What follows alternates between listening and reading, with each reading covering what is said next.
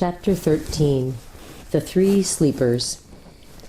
The wind never failed, but it grew gentler every day, till at length the waves were little more than ripples, and the ship glided on hour after hour, almost as if they were sailing on a lake.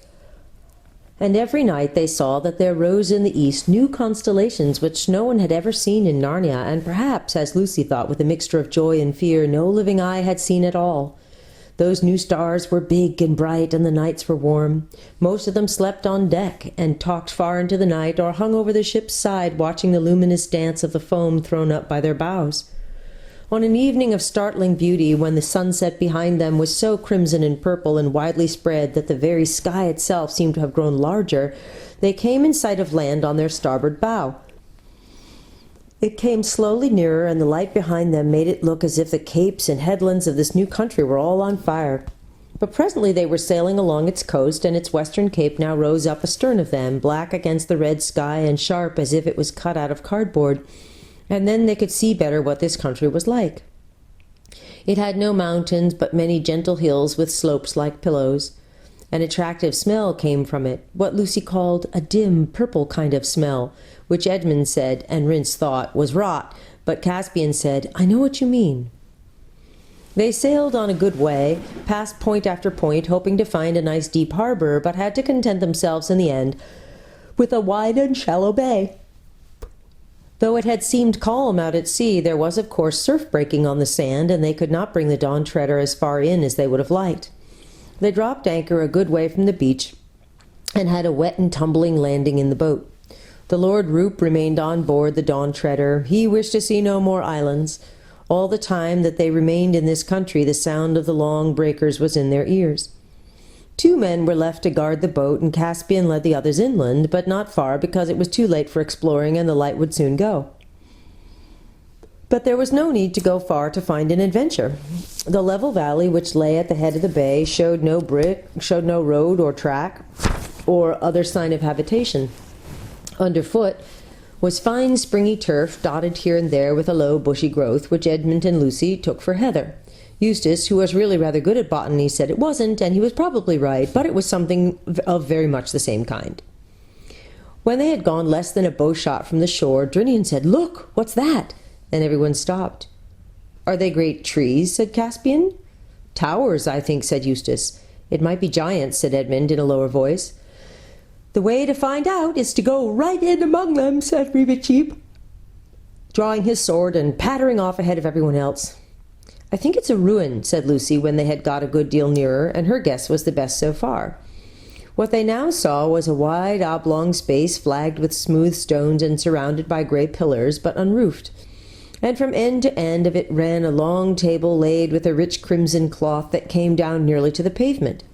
At either side of it were many chairs of stone, richly carved, and with silken cushions upon the seats. But on the table itself there was set out such a banquet as had never been seen, not even when Peter the High King kept his court at Cair Paravel.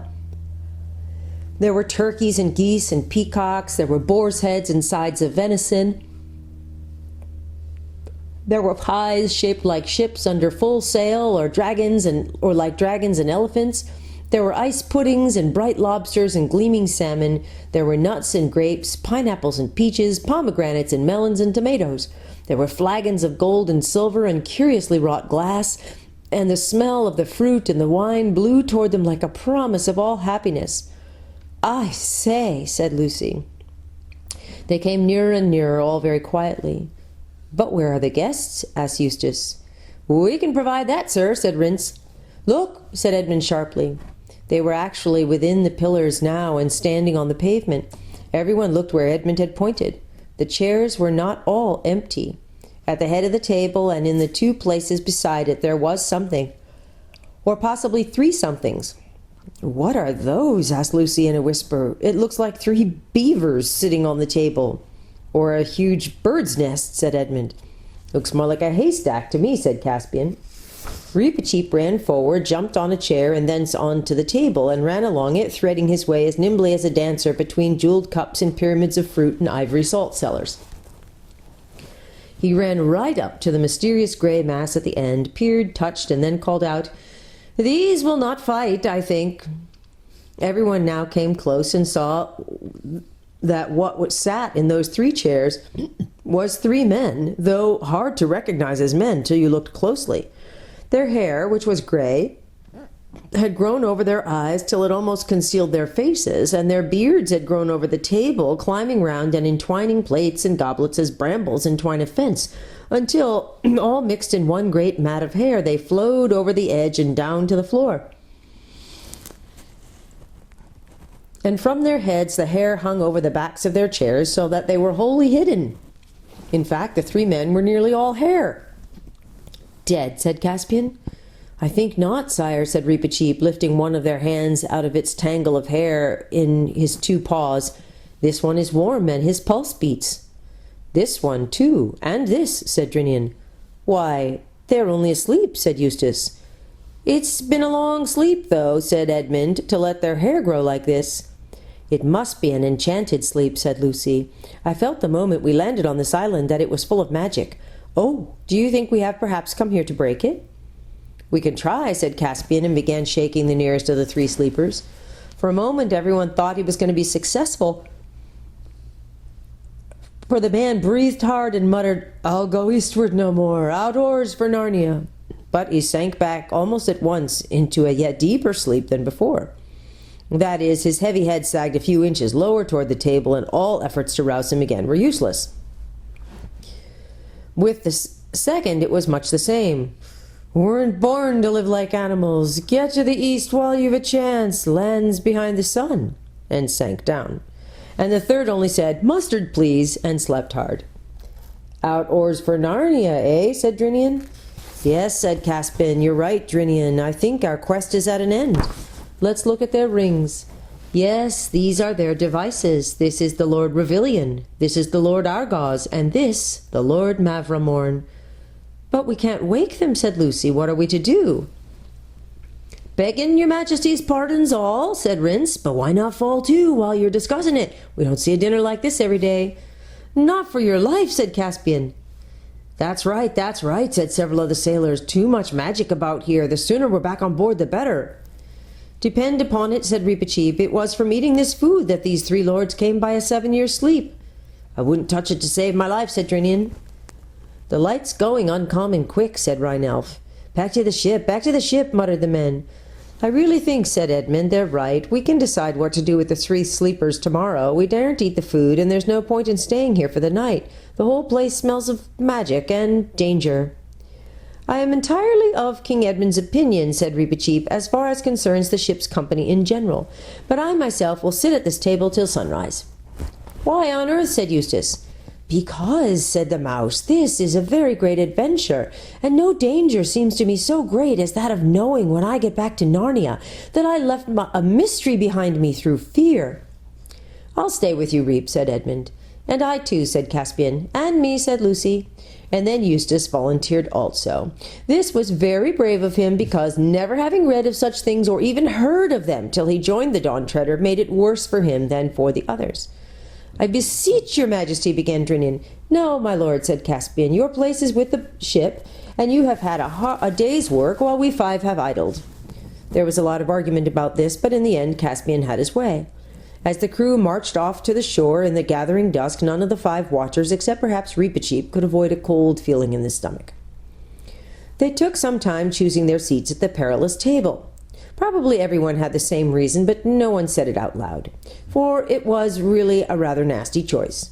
One could hardly bear to sit all next to those 3 terribly hairy objects, which, if not dead, were certainly not alive in the ordinary sense. On the other hand, to sit at the far end so that you would see them less and less as the night grew darker, and wouldn't know if they were moving, and perhaps wouldn't see them at all by about 2 o'clock. No, it was not to be thought of. So they sauntered round and round the table, saying, "What about here? And perhaps a bit further on, or why not on this side?" Till at last they settled down somewhere about the middle, but nearer to the sleepers than to the other end. It was about 10 by now, and almost dark. Those strange new constellations burned in the east. Lucy would have liked it better if they had been the leopard and the ship and the other old friends of the Narnian sky. They wrapped themselves in their sea cloaks and sat still and waited. At first there was some attempt at talk, but it didn't come to much. And they sat and sat, and all the time they heard the waves breaking on the beach. After hours that seemed like ages, there came a moment when they all knew they had been dozing a moment before, but were all suddenly wide awake. The stars were all in quite different positions from those they had last noticed. The sky was very black, except for the faintest possible grayness in the east. They were cold, though thirsty and stiff, and none of them spoke, because now at last something was happening. Before them, beyond the pillars, there was the slope of a low hill.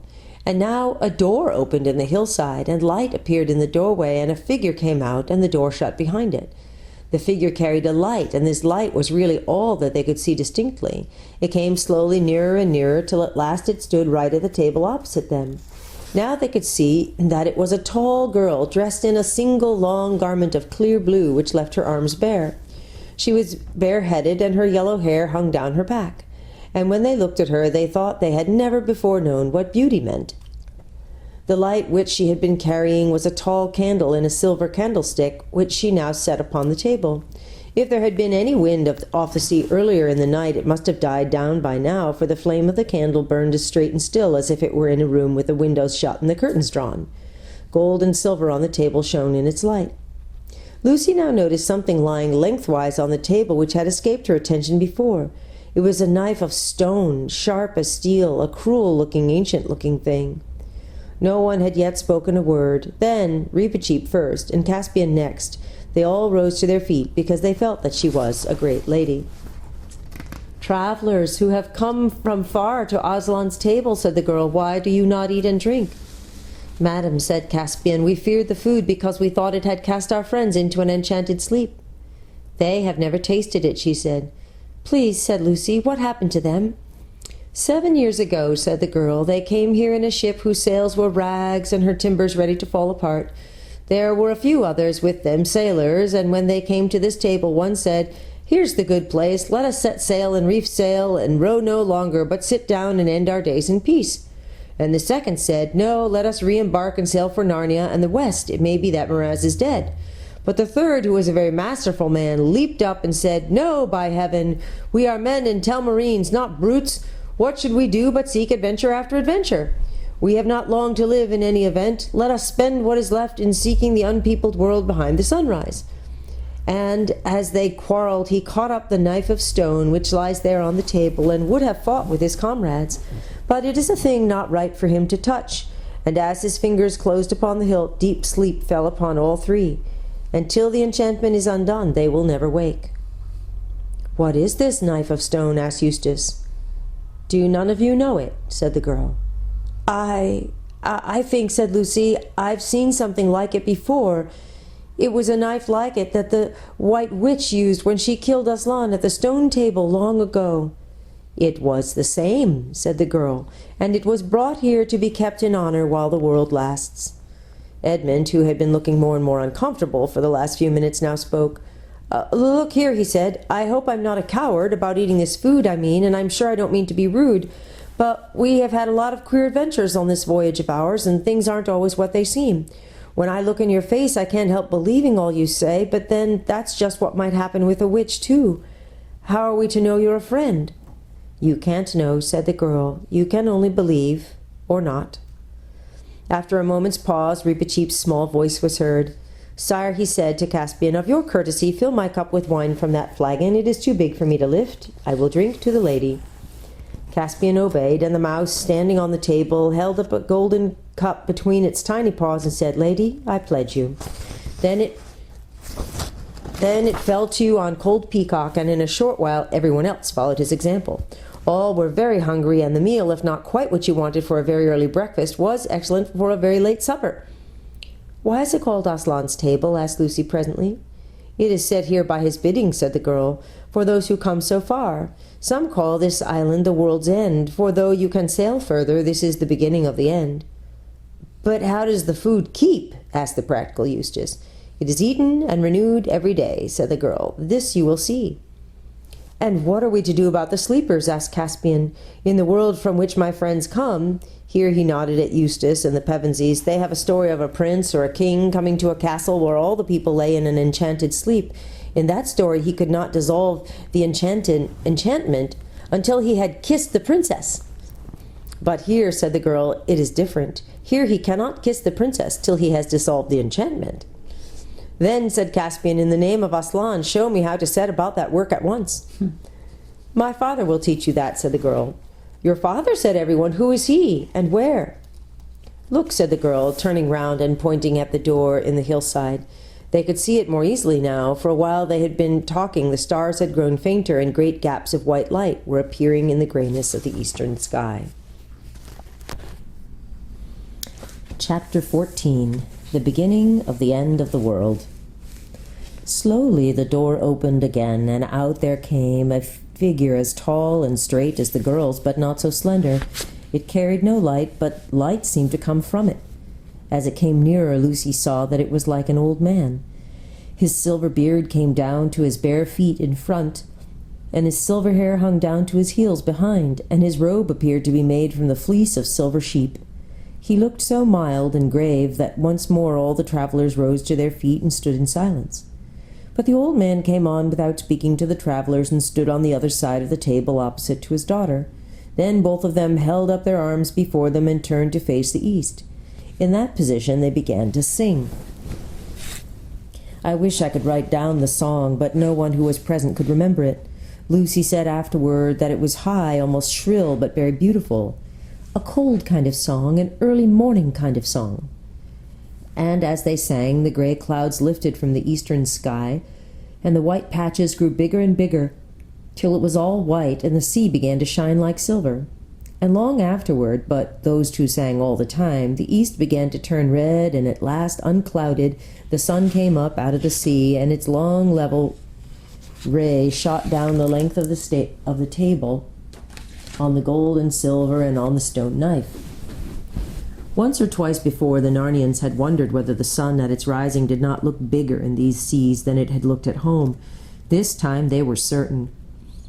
There was no mistaking it, and the brightness of its ray on the dew and on the table was far beyond any morning brightness they had ever seen. And as Edmund said afterward, though lots of things happened on that trip which sound more exciting, that moment was really the most exciting. For now they knew that they had truly come to the beginning of the end of the world. Then something seemed to be flying at them out of the very center of the rising sun. But of course one couldn't look steadily in that direction to make sure. But presently the air became full of voices, voices which took up the same song that the lady and her father were singing, but in far wilder tones and in a language which no one knew. And soon after that the owners of these voices could be seen. They were birds, large and white, and they came by hundreds and thousands and alighted on everything, on the grass and the pavement, on the table, on your shoulders, your hands, and your head, till it looked as if heavy snow had fallen. For like snow, they not only made everything white, but blurred and blunted in all shapes. But Lucy, looking out from between the wings of the birds that covered her, saw one bird fly to the man with something in its beak that looked like a little fruit, unless it was a little live coal, which it might have been, for it was too bright to look at, and the bird laid it in the old man's mouth. Then the birds stopped their singing and appeared to be very busy about the table. When they rose from it, everything on the table that could be eaten or drunk had disappeared. These birds rose from their meal in their thousands and hundreds and carried away all the things that could not be eaten or drunk, such as bones, rinds, and shells, and took their flight back to the rising sun. But now, because they were not singing, the whir of their wings seemed to set the whole air a-tremble, and there was the table pecked clean and empty, and the 3 old lords of Narnia still fast asleep. Now at last the old man turned to the travellers and bade them welcome. "Sir," said Caspian, "will you tell us how to undo the enchantment which holds these 3 Narnian lords asleep?" "I will gladly tell you that, my son," said the old man. "To break this enchantment you must sail to the world's end, or as near as you can come to it, and you must come back having left at least one of your company behind." "And what must happen to that one?" asked Reepicheep. "He must go on into the utter east and never return into the world." "That is my heart's desire," said Reepicheep. "And are we near the world's end now, sir?" asked Caspian. "Have you any knowledge of the seas and lands further east than this?" "I saw them long ago," said the old man. "But it was from such a great height. I cannot tell you such things as sailors need to know." "Do you mean you were flying in the air?" Eustace blurted out. "I was a long way above the air, my son," replied the old man. "I am Ramandu. But I see that you stare at one another and have not heard this name, and no wonder, for the days when I was a star had ceased long before any of you knew this world, and all the constellations have changed." "Golly," said Edmund under his breath, "he's a retired star." "Aren't you a star any longer?" asked Lucy. "I am a star at rest, my daughter," answered Ramandu. "When I set for the last time, decrepit and old beyond all that you can reckon, I was carried to this island. I'm not so old now as I was then. Every morning a bird brings me a fireberry from the valleys in the sun, and each fireberry takes away a little of my age. And when I have become as young as the child that was born yesterday, then I shall take my rising again, for we are at earth's eastern rim, and once more tread the great dance." "In our world," said Eustace, "a star is a huge ball of flaming gas." "Even in your world, my son, that is not what a star is, but only what it is made of. And in this world you have already met a star, for I think you have been with Coryakin." "Is he a retired star too?" said Lucy. "Well, not quite the same," said Ramandu. "It was not quite as a rest that he was sent to govern the Duffers. You might call it a punishment. He might have shone for thousands of years more in the southern winter sky if all had gone well." "What did he do, sir?" asked Caspian. "My son," said Ramandu, "it is not for you, a son of Adam, to know what faults a star can commit. But come, we waste time in such talk. Are you yet resolved? Will you sail further east and come again, leaving one to return no more, and so break the enchantment? Or will you sail westward?" "Surely, sire," said Reepicheep, "there is no question about that. It is very plainly part of our quest to rescue these 3 lords from enchantment." "I think the same, Reepicheep," replied Caspian, "and even if it were not so, it would break my heart not to go as near the world's end as the Dawn Treader will take us. But I'm thinking of the crew. They signed on to seek the 7 lords, not to reach the rim of the earth. If we sail east from here, we sail to find the edge, the utter east, and no one knows how far it is.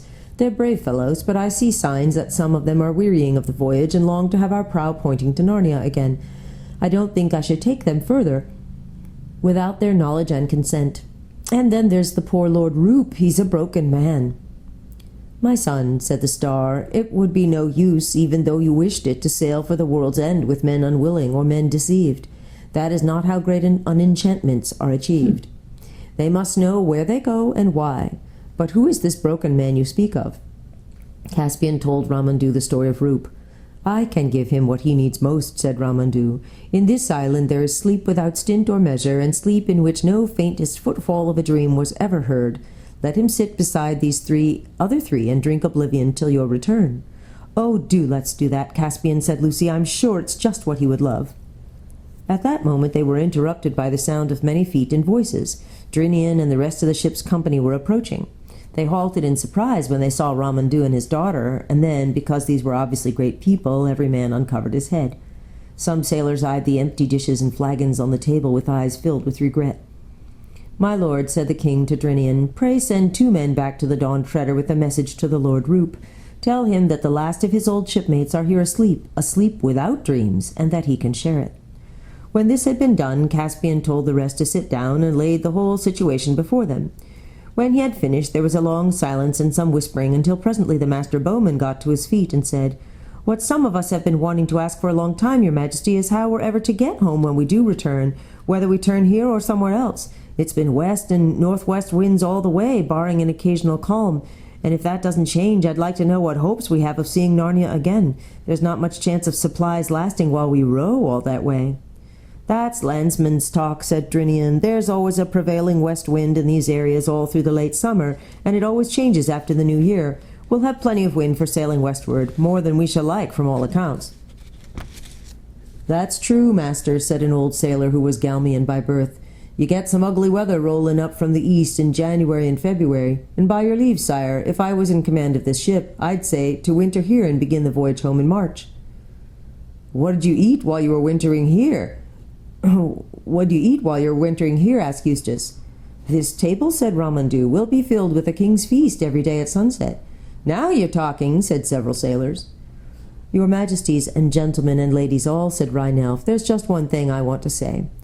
There's not one of us chaps as was pressed on this journey. We're volunteers, And there's some here that are looking very hard at that table and thinking about king's feasts, who were talking very loud about adventures on the day we sailed from Cair Paravel, and swearing they wouldn't come home till we'd found the end of the world. And there were some standing on the quay who would have given all they had to come with us. It was thought a finer thing then to have a cabin boy's berth on the Dawn Treader than to wear a knight's belt. I don't know if you get the hang of what I'm saying, but what I mean is that I think chaps who set out like us will look as silly as those duffel-puds if we come home and say we got to the beginning of the world's end and hadn't the heart to go further. Some of the sailors cheered at this, but some said that was all very well. This isn't going to be much fun, whispered Edmund to Caspian. What are we to do if half those fellows hang back? Wait, Caspian whispered back. I've still a card to play. Aren't you going to say anything, Reep? Whispered Lucy. No. Why should your majesty expect it? Answered Reepicheep in a voice that most people heard. My own plans are made. While I can, I sail east in the Dawn Treader. When she fails me, I paddle east in my coracle. When she sinks, I shall swim east with my 4 paws. And when I can swim no longer, if I have not reached Aslan's country or shot over the edge of the world in some vast cataract, I shall sink with my nose to the sunrise, and Peepicheek will be the head of the talking mice in Narnia. Hear, hear, said a sailor. I'll say the same, barring the bit about the coracle, which wouldn't bear me. He added in a lower voice, I'm not going to be outdone by a mouse. At this point Caspian jumped to his feet. Friends, he said, I think you have not quite understood our purpose. You talk as if we had come to you with our hat in our hand, begging for shipmates. It isn't like that at all. We and our royal brother and sister and their kinsmen and Sir Reepicheep the good knight and the Lord Drinian have an errand to the world's edge. It is our pleasure to choose from among such of you as are willing those whom we deem worthy of so high an enterprise. We have not said that any can come for the asking. That is why we shall now command the Lord Drinian and Master Rince to consider carefully what men among you are the hardest in battle, the most skilled seamen, the purest in blood, the most loyal to our person, and the cleanest of life and manners, and to give their names to us in a schedule. He paused and went on in a quicker voice. Aslan's mane, he exclaimed, do you think that the privilege of seeing the last things is to be bought for a song? Why, every man that comes with us shall bequeath the title of Dawn Treader to all his descendants, and when we land at Cair Paravel on the homeward voyage, he shall have either gold or land enough to make him rich all his life. Now scatter over the island, all of you. In half an hour's time I shall receive the names that Lord Drinian brings me. There was rather a sheepish silence, and then the crew made their bows and moved away, one in this direction and one in that, but mostly in little knots or bunches, talking. And now for the Lord Roop, said Caspian. But turning to the head of the table, he saw that Roop was already there. He had arrived, silent and unnoticed, while the discussion was going on, and was seated beside the Lord Argos. The daughter of Ramandu stood beside him as if she had just helped him into his chair. Ramandu stood behind him and laid both of his hands on Roop's grey head. Even in daylight a faint silver light came from the hands of the star. There was a smile on Roop's haggard face. He held out one of his hands to Lucy and the other to Caspian. For a moment it looked as if he were going to say something. Then his smile brightened as if he were feeling some delicious sensation. A long sigh of contentment came from his lips. His head fell forward, and he slept. Poor Roop, said Lucy. I am glad. He must have had terrible times. Don't let's even think of it, said Eustace. Meanwhile, Caspian's speech, helped perhaps by some magic of the island, was having just the effect he intended. A good many who had been anxious enough to get out of the voyage felt quite differently about being left out of it. And, of course, whenever any one sailor announced that he had made up his mind to ask for permission to sail, the ones who hadn't said this felt that they were getting fewer and more uncomfortable. So that before the half hour was nearly over, several people were positively sucking up to Drinian and Rince, at least that's what they called it at my school, to get a good report. As soon as there were only 3 left who didn't want to go, and those 3 were trying very hard to persuade others to stay with them. And very shortly after that there was only 1 left, and in the end he began to be afraid of being left behind all on his own and changed his mind. At the end of the half hour they all came trooping back to Aslan's table and stood at one end, while Drinian and Rince went and sat down with Caspian and made their report. And Caspian accepted all the men but that one who had changed his mind at the last moment. His name was Pittencream, and he stayed on the island of the Star all the time the others were away looking for the world's end, and he very much wished he had gone with him. He wasn't the sort of man who could enjoy talking to Ramandu and Ramandu's daughter, nor they to him, and it rained a good deal. Though there was a wonderful feast on the table every night, he didn't very much enjoy it. He said it gave him the creeps sitting there alone, and in the rain as likely as not, with those 4 lords asleep at the end of the table. and when the others returned he felt so out of things that he deserted on the voyage home at the Lone Islands and went and lived in Calormen, where he told wonderful stories about his adventures at the end of the world, until at last he came to believe them himself. So you may say, in a sense, that he lived happily ever after, but he could never bear mice. That night they all ate and drank together at the great table between the pillars where the feast was magically renewed, and next morning the Dawn Treader set sail once more, just when the great birds had come and gone again. "Lady," said Caspian, "I hope to speak with you again when I have broken the enchantments."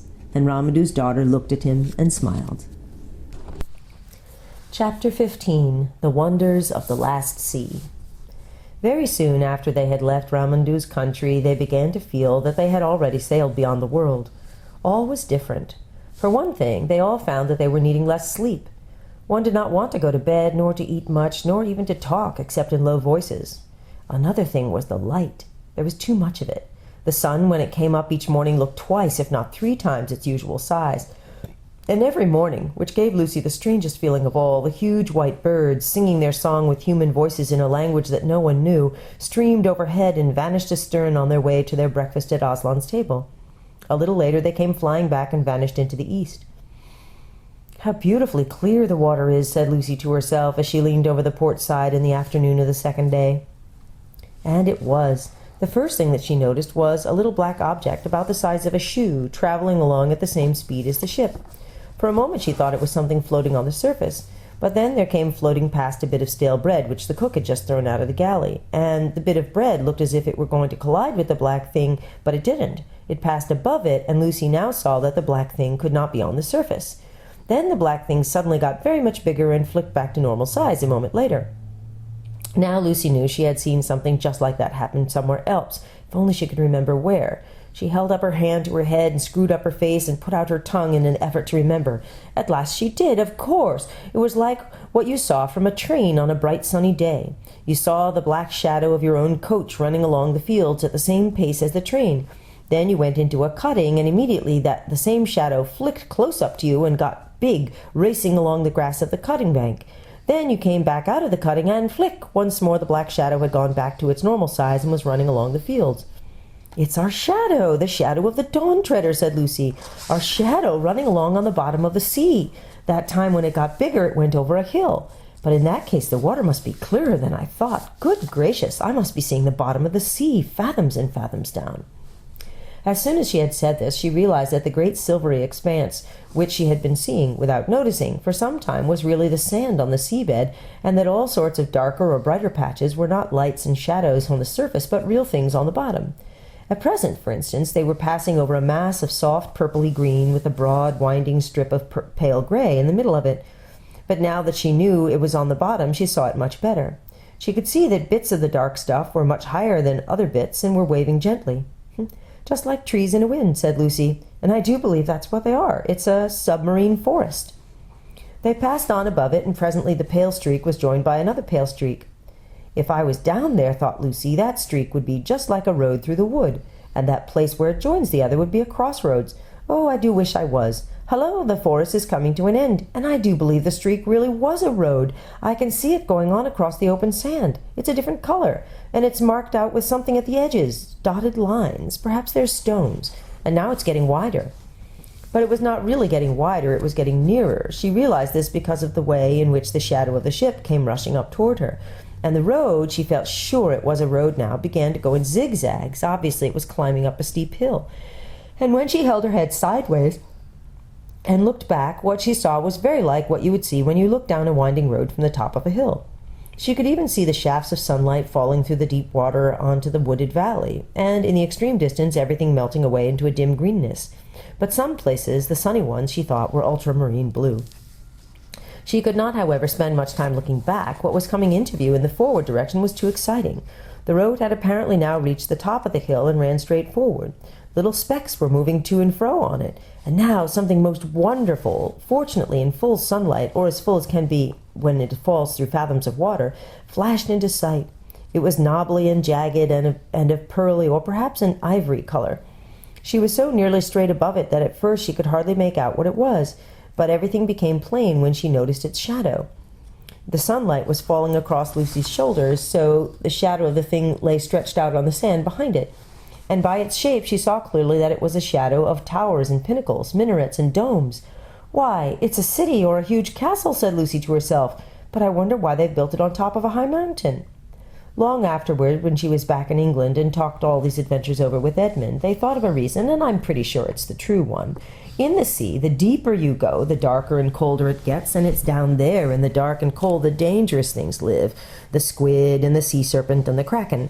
The valleys are the wild, unfriendly places. The sea people feel about their valleys as we do about mountains, and feel about their mountains as we feel about valleys. It is on the heights, or as we would say, in the shallows, that there's warmth and peace. The reckless hunters and brave knights of the sea go down into the depths on quests and adventures, but return home to the heights for rest and peace, courtesy and counsel, the sports, the dances, and the songs. They had passed the city, and the seabed was still rising. It was only a few 100 feet below the ship now. The road had disappeared. They were sailing above an open park-like country dotted with little groves of brightly colored vegetation. And then Lucy nearly squealed aloud with excitement. She had seen people. There were between 15 and 20 of them, all mounted on seahorses. Not the tiny little seahorses which you may have seen in museums, but horses rather bigger than themselves. They must be noble and lordly people, Lucy thought, for she could catch the gleam of gold on some of their foreheads, and streamers of emerald or orange-colored stuff fluttered from their shoulders in the current. Then, "Oh, bother these fish," said Lucy, for a whole shoal of small fat fish swimming quite close to the surface had come between her and the sea people. But though this spoiled her view, it led to the most interesting thing of all. Suddenly a fierce little fish of a kind she had never seen before came darting up from below, snapped, grabbed, and sank rapidly with one of the fat fish in its mouth. And all the sea people were sitting on their horses staring up at what had happened. They seemed to be talking and laughing, and before the hunting fish had got back to them with its prey, another of the same kind came up from the sea people. And Lucy was almost certain that one big seaman who sat on his seahorse in the middle of the party had sent it or released it, as if he'd been holding it back till then in his hand or on his wrist. "Why, I do declare," said Lucy, "it's a hunting party. Or more like a hawking party. Yes, that's it. They ride out with these little fierce fish on their wrists, just as we used to ride out with falcons on our wrists when we were kings and queens at Cair Paravel long ago. And then they fly them, or I suppose I should say swim them, at the others. How—" She stopped suddenly because the scene was changing. The sea people had noticed the Dawn Treader. The shoal of fish had scattered in every direction. The people themselves were coming up to find out the meaning of this big black thing which had come between them and the sun. And now they were so close to the surface that if they had been in air instead of water, Lucy could have spoken to them. There were men and women both. All wore coronets of some kind, and many had chains of pearls. They wore no other clothes. Their bodies were the color of old ivory, their hair dark purple. The king in the center, no one could mistake him for anything but the king, looked proudly and fiercely into Lucy's face and shook a spear in his hand. His knights did the same. The faces of the ladies were filled with astonishment. Lucy felt sure they had never seen a ship or a human before, and how should they in seas beyond the world's end where no ship ever came? "What are you staring at, Luce?" said a voice close beside her. Lucy had been so absorbed in what she was seeing that she started at the sound, and when she turned she found that her arm had gone dead from leaning so long on the rail in one position. Drinian and Edmund were beside her. "Look," she said. They both looked, but almost at once Drinian said in a low voice, "Turn round at once, your majesties. That's right, with our backs to the sea, and don't look as if we were talking about anything important." "Why, what's the matter?" said Lucy as she obeyed. "It'll never do for the sailors to see all that," said Drinian. "We'll have men falling in love with a sea woman, or falling in love with the undersea country itself and jumping overboard. I've heard of that kind of thing happening before in strange seas. It's always unlucky to see these people." "But we used to know them," said Lucy, "in the old days at Cair Paravel when my brother Peter was High King. They came to the surface and sang at our coronation." "I think that must have been a different kind, Lou," said Edmund. "They could live in the air as well as under water. I rather think these can't. By the look of them, they'd have surfaced and started attacking us long ago if they could. They seem very fierce." "At any rate," began Drinian, but at that moment 2 sounds were heard. One was a plop. The other was a voice from the fighting top shouting, "Man overboard!" Then everyone was busy. Some of the sailors hurried aloft to take in the sail, others hurried down below to get to the oars, and Rince, who was on duty on the poop, began to put the helm hard over so as to come round and back to the man who'd gone overboard. But by now everyone knew that it wasn't strictly a man, it was Reepicheep. "Drat that mouse," said Drinian. "It's more trouble than all the rest of the ship's company put together. If there's any scrape to be got into it, we'll get. It ought to be put in irons, keel-hauled, marooned, have its whiskers cut off. Can anyone see the little blighter?" All this didn't mean that Drinian really disliked Reepicheep. On the contrary, he liked him very much, and was therefore frightened about him, and being frightened put him in a bad temper, just as your mother is much angrier with you for running out into the road in front of a car than a stranger would be. No one, of course, was afraid of Reepicheep's drowning, for he was an excellent swimmer, but the three who knew what was going on below the water were afraid of those long, cruel spears in the hands of the sea people. In a few minutes the Dawn Treader had come round, and everyone could see the black blob in the water, which was Reepicheep. He was chattering with the greatest excitement, but his mouth kept on getting filled with water, so nobody could understand what he was saying. "He'll blurt the whole thing out if we don't shut him up," cried Drinian. To prevent this, he rushed to the side and lowered a rope himself, shouting to the sailors, all right, back to your places. I hope I can heave a mouse up without help." And as Reepicheep began climbing up the rope, not very nimbly because his wet fur made him heavy, Drinian leaned over and whispered to him, "Don't tell, not a word." But when the dripping mouse had reached the deck, it turned out not to be at all interested in the sea people. "Sweet," he cheeped, "sweet, sweet." "What are you talking about?" asked Drinian crossly. "And you needn't shake yourself all over me, either." "I tell you, the water's sweet," said the mouse. "Sweet, fresh, it isn't salt." For a moment no one quite took in the importance of this, but then Reepicheep once more repeated the old prophecy. "Where the waves grow sweet, doubt not, Reepicheep, there is the utter east." Then at last everyone understood. "Let me have a bucket, Rhine-Elf," said Drinian. It was handed to him, and he lowered it, and up it came again. The water shone in it like glass. "Perhaps your Majesty would like to taste first," said Drinian to Caspian. The king took the bucket in both hands, raised it to his lips, sipped, then drank deeply and raised his head. His face was changed. Not only his eyes, but everything about him seemed to be brighter. "Yes," he said, "it is sweet. That's real water, that. I'm not sure that it isn't going to kill me, but it's the death I would have chosen if I'd known about it until now." What do you mean?" asked Edmund. It's like light more than anything else," said Caspian. "That is what it is," said Reepicheep. "Drinkable light. We must be very near the end of the world now." There was a moment's silence, and then Lucy knelt down on the deck and drank from the bucket. "It's the loveliest thing I've ever tasted," she said with a kind of gasp. "But oh, it's strong. We shan't need to eat anything now." And one by one everybody on board drank, and for a long time they were all silent. They felt almost too well and strong to bear it, and presently they began to notice another result. As I have said before, there had been too much light ever since they left the island of Ramandu. The sun too large, though not too hot, the sea too bright, the air too shining. Now the light grew no less. If anything, it increased, but they could bear it. They could look straight up at the sun without blinking. They could see more light than they had ever seen before, and the deck and the sail and their own faces and bodies became brighter and brighter, and every rope shone. And next morning, when the sun rose, now 5 or 6 times its old size, they stared hard into it and could see the very feathers of the birds that came flying from it.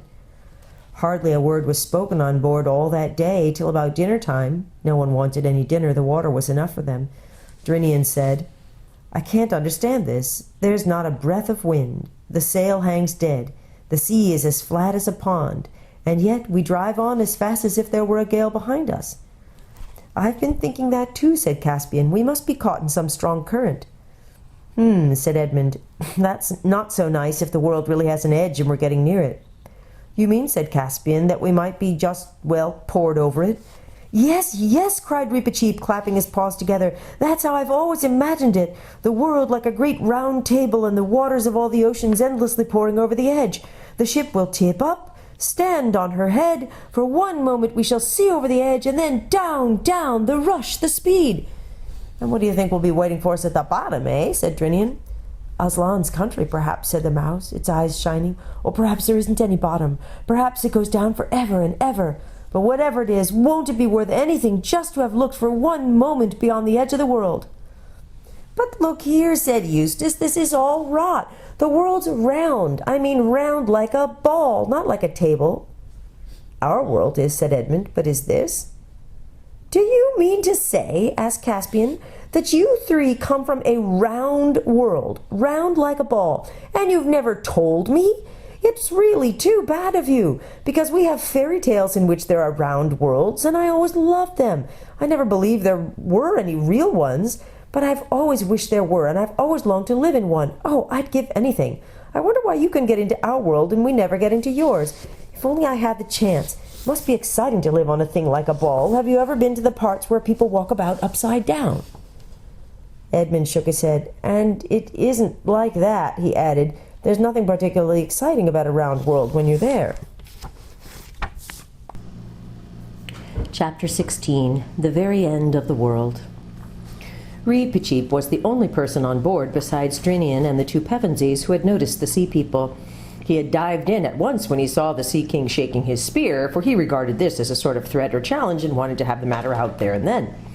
The excitement of discovering that the water was now fresh had distracted his attention, and before he remembered the sea people again, Lucy and Drinian had taken him aside and warned him not to mention what he had seen. As things turned out, they need hardly have bothered, for by this time the Dawn Treader was gliding over a part of the sea which seemed to be uninhabited. No one except Lucy saw anything more of the people, and even she had only one short glimpse. All morning on the following day they sailed in fairly shallow water, and the bottom was weedy. Just before midday, Lucy saw a large shoal of fishes grazing on the weed. They were all eating steadily and all moving in the same direction, just like a flock of sheep, thought Lucy. Suddenly she saw a little sea girl of about her own age in the middle of them, a quiet, lonely-looking girl with a sort of crook in her hand. Lucy felt sure that this girl must be a shepherdess, or perhaps a fisherdess, and that the shoal was really a flock at pasture. Both the fishes and the girl were quite close to the surface. And just as the girl, gliding in the shallow water, and Lucy, leaning over the bulwark, came opposite to one another, the girl looked up and stared straight into Lucy's face. Neither could speak to the other, and in a moment the sea girl dropped astern. But Lucy will never forget her face.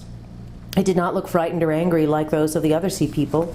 Lucy had liked that girl, and she felt certain the girl had liked her. In that one moment they had somehow become friends.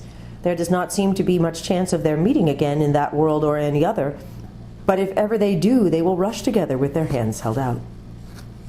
After that, for many days, without wind in her shrouds or foam at her bows, across a waveless sea the Dawn Treader glided smoothly east. Every day and every hour the light became more brilliant, and still they could bear it.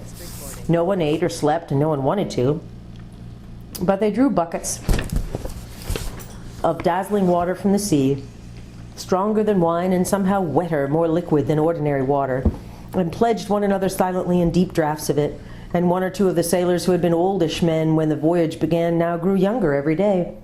Everyone on board was filled with joy and excitement, but not an excitement that made one talk. The further they sailed, the less they spoke, and then almost in a whisper. The stillness of that last sea laid hold on them. "My lord," said Caspian to Drinian one day, "what do you see ahead?" "Sire," said Drinian, "I see whiteness all along the horizon from north to south as far as my eyes can reach." "That is what I see too," said Caspian, "and I cannot imagine what it is." "If we were in higher latitudes, your majesty," said Drinian, "I should say it was ice, but it can't be that, not here. All the same, we'd better get men to the oars and hold the ship back against the current. Whatever this stuff is, we don't want to crash into it at this speed." They did as Drinian said, and so continued to go slower and slower. The whiteness did not get any less mysterious as they approached it. If it was land, it must be a very strange land, for it seemed just as smooth as the water and on the same level with it. When they got very close to it, Drinian put out the helm hard over and turned the Dawn Treader south so that she was broadside on the current, and rowed a little way southward along the edge of the whiteness. In so doing, they accidentally made the important discovery that the current was only about 40 feet wide and the rest of the sea was still as a pond. This was good news for the crew, who had already begun to think that the return journey to Ramandu's land, rowing against stream all the way, would be pretty poor sport. It also explained why the shepherd girl had dropped so quickly astern. She was not in the current. If she had been, she would have been moving east at the same speed as the ship. And still no one could make out what the white stuff was. Then the boat was lowered, and it put off to investigate. Those who remained on the Dawn Treader could see the boat pushed right in amidst the whiteness. Then they could hear the voices of the party in the boat, clear across the still water, talking in a shrill and surprised way. Then there was a pause while Rheinelf in the bows of the boat took a sounding, and when, after that, the boat came rowing back, there seemed to be plenty of the white stuff inside her. Everyone crowded to the side to hear the news. "Lilies, your majesty," shouted Rhine-Elf, standing up in the bows. "What did you say?" asked Caspian. "Blooming lilies, your majesty," said Rhine-Elf, "same as in a pool or in a garden at home." "Look," said Lucy, who was in the stern of the boat. She held up her wet arms full of white petals and broad flat leaves. "What's the depth?" Rhine-Elf asked Drinian. "That's the funny thing, Captain," said Rhine-Elf. "It's still deep, 3.5 fathoms clear." "They can't be real lilies, not what we call lilies," said Eustace. Probably they were not, but they were very like them. And when, after some consultation, the Dawn Treader turned back into the current and began to glide eastward through the Lily Lake or the Silver Sea, they tried both these names, but it was the Silver Sea that stuck and is now on Caspian's map. The strangest part of their travels began. Very soon the open sea which they were leaving was only a thin rim of blue on the western horizon. Whiteness, shot with faintest color of gold, spread round them on every side, except just astern, where their passage had thrust the lilies apart, and left an open lane of water that shone like dark green glass. To look at it, this last sea was very like the Arctic, and if their eyes had not by now grown as strong as eagles, the sun on all whiteness, especially at early morning when the sun was hugest, would have been unbearable. And every evening the same whiteness made the daylight last longer. There seemed no end to the lilies. Day after day, from all those miles and leagues of flowers, there rose a smell which Lucy found it very hard to describe. Sweet, yes, but not at all sleepy or overpowering. A fresh, wild, lonely smell that seemed to get into your brain and make you feel that you could go up mountains at a run or wrestle with an elephant. She and Caspian said to one another, "I feel that I can't stand much more of this, yet I don't want it to stop." They took soundings very often, but it was only several days later that the water became shallower. After that it went on getting shallower. There came a day when they had to row out of the current and feel their way forward at a snail's pace, rowing. And soon it was clear that the Dawn Treader could sail no further east. Indeed, it was only by very clever handling that they saved her from grounding. "Lower the boat," cried Caspian, "and then call the men aft. I must speak to them." "What's he gonna do?" whispered Eustace to Edmund. "There's a queer look in his eyes." "I think we probably all look the same," said Edmund. They joined Caspian on the poop, and soon all the men were crowded together at the foot of the ladder to hear the king's speech. "Friends," said Caspian, "we have now fulfilled the quest on which you embarked. The 7 lords are all accounted for, and as Sir Reepicheep has sworn never to return, when you reach Ramandu's land you will doubtless find the lords Revillian and Argos and Mavramorn awake. To you, my lord Drinian, I entrust this ship, bidding you sail to Narnia with all speed you may, and above all not to land on the island of Deathwater. And instruct my regent, the dwarf Trumpkin, to give to all these my shipmates the rewards I promised them. They have been earned well, and if I come not again, it is my will that the regent and Master Cornelius and Trufflehunter the Badger and the Lord Drinian choose a king of Narnia with the consent—" "But, sire," interrupted Drinian, "are you abdicating?" "I'm going with Reepicheep to see the world's end," said Caspian. A low murmur of dismay ran through the sailors. "We will take the boat," said Caspian. "You will have no need of it in these gentle seas, and you must build a new one on Ramandu's island. And now—" "Caspian," said Edmund suddenly and sternly, "you can't do this." "Most certainly," said Reepicheep. "His Majesty cannot." "No, indeed," said Drinian. "Can't," said Caspian sharply, looking for a moment not unlike his Uncle Miraz. "Begging your Majesty's pardon," said Rhine-Elf from the deck below, "but if one of us did the same, it would be called deserting." "You presume too much on your long service, Rhine-Elf," said Caspian. "No, sire, he's perfectly right," said Drinian. "By the mane of Aslan," said Caspian, "I had thought you were all my subjects here, not my schoolmasters." "I'm not," said Edmund, "and I say you cannot do this." "Can't again," said Caspian. "What do you mean?" "If it please your Majesty, we mean shall not," said Reepicheep with a very low bow. "You are the king of Narnia. You break faith with all your subjects, and especially with Trumpkin, if you do not return. You shall not please yourself with adventures as if you were a private person. And if your Majesty will not hear reason, it will be the truest loyalty of every man on board to follow me in disarming and binding you till you come to your senses." "Quite right," said Edmund, "like they did with Ulysses when he wanted to go near the Sirens." Caspian's hand had gone to his sword hilt when Lucy said, "And you've almost promised Ramandu's daughter to go back." Caspian paused. "Well, yes, there is that," he said. He stood irresolute for a moment, and then shouted out to the ship in general, "Well, have your way. The quest is ended. We all return. Get the boat up again." "Sire," said Reepicheep, "we do not all return. As I had explained before—" "Silence!" thundered Caspian. "I've been lessoned, but I'll not be baited. Will no one silence that mouse?" "Your Majesty promised," said Reepicheep. to be, good Lord, to the talking beasts of Narnia. Talking beasts, yes, said Caspian. I said nothing about beasts that never stop talking. And he flung down the ladder in a temper and went into the cabin, slamming the door. But when the others rejoined him a little later, they found him changed. He was white, and there were tears in his eyes. It's no good, he said. I might as well have behaved decently for all the good I did with my temper and swagger. Aslan has spoken to me. No, I don't mean he was actually here. He wouldn't fit into the cabin, for one thing. But that gold lion's head on the wall came to life and spoke to me. It was terrible, his eyes. Not that he was at all rough with me, only a bit stern at first. But it was terrible all the same. And he said, oh, I can't bear it. The worst thing he could have said. You're to go on, Reap and Edmund and Lucy and Eustace, and I'm to go back, alone, and at once. And what is the good of anything? Caspian, dear, said Lucy, you knew we'd have to go back to our own world sooner or later. Yes, said Caspian with a sob, but this is sooner. You'll feel better when you get back to Ramandu's island, said Lucy. He cheered up a little later on, but it was a grievous parting on both sides, and I will not dwell on it. About 2 o'clock in the afternoon, well victualled and watered, though they thought they would need neither food nor drink, and with Reepicheep's coracle on board, the boat pulled away from the Dawn Treader to row through the endless carpet of lilies. The Dawn Treader flew all her flags and hung out her shields to honor their departure. Tall and big and homelike she looked from their low position with the lilies all round them, and even before she was out of sight they saw her turn and begin rowing slowly westward. Yet though Lucy shed a few tears, she could not feel it as much as you might have expected. The light, the silence, the tingling smell of the silver sea, even, in some odd way, the loneliness itself, were too exciting. There was no need to row, for the current drifted them steadily to the east. None of them slept or ate. All that night and all next day they glided eastward, and when the third day dawned, with a brightness you or I could not bear, even if we had dark glasses on, they saw a wonder ahead. It was as if a wall stood up between them and the sky, a greenish-gray, trembling, shimmering wall. Then up came the sun, and at its first rising they saw it through the wall, and it turned into a wonderful rainbow colors. Then they knew that the wall was really a long, tall wave, a wave endlessly fixed in one place, as you may often see at the edge of a waterfall. It seemed to be about 30 feet high, and the current was gliding them swiftly toward it. You might have supposed they would have thought of their danger. They didn't. I don't think anyone could have in their position, for now they saw something not only behind the wave, but behind the sun. They could not have seen even the sun if their eyes had not been strengthened by the water of the last sea.